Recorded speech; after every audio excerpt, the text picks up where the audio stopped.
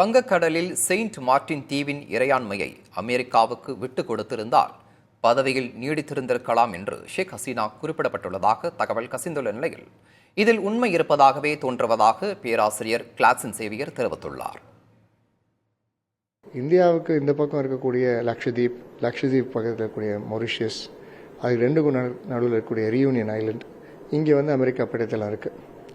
ஆனால் அதே சமயத்தில் ஈஸ்டில் அந்த மாதிரி ஒரு அரேஞ்ச்மெண்ட் இல்லை இந்தியாவுக்கு ஈஸ்டில்.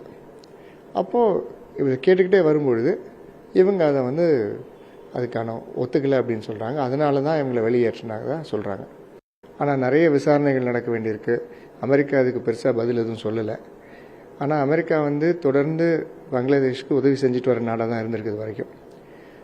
கிட்டத்தட்ட ஒரு ஆண்டுக்கு $2 பில்லியன் கொடுத்துருக்காங்க, குறிப்பாக ரோஹிங்கியா மக்களை பாதுகாக்கிறதுக்கு. அது மட்டும் இல்லாமல் நிவாரண நிதிகள்னு நிறைய கொடுத்துக்கிட்டு இருக்காங்க. அதில் ஏற்பட்டக்கூடிய பிரச்சனைகளாகவும் இருக்கலாம். அப்போ இந்த நேரத்தில் இவங்க சொல்கிற அதிபர் அப்படின்னு இருந்தவங்க, ஒரு பிரதமராக இருந்தவங்க சொல்கிறாங்க அப்படிங்கும்போது, பகிரங்கமாக ஒரு குற்றச்சாட்டு வைக்கும் பொழுது கண்டிப்பாக எல்லாத்துக்கும் இதில் ஏதோ ஒரு சில உண்மைகள் அடங்கியிருக்குன்றது தான் நமக்கு தோணும்.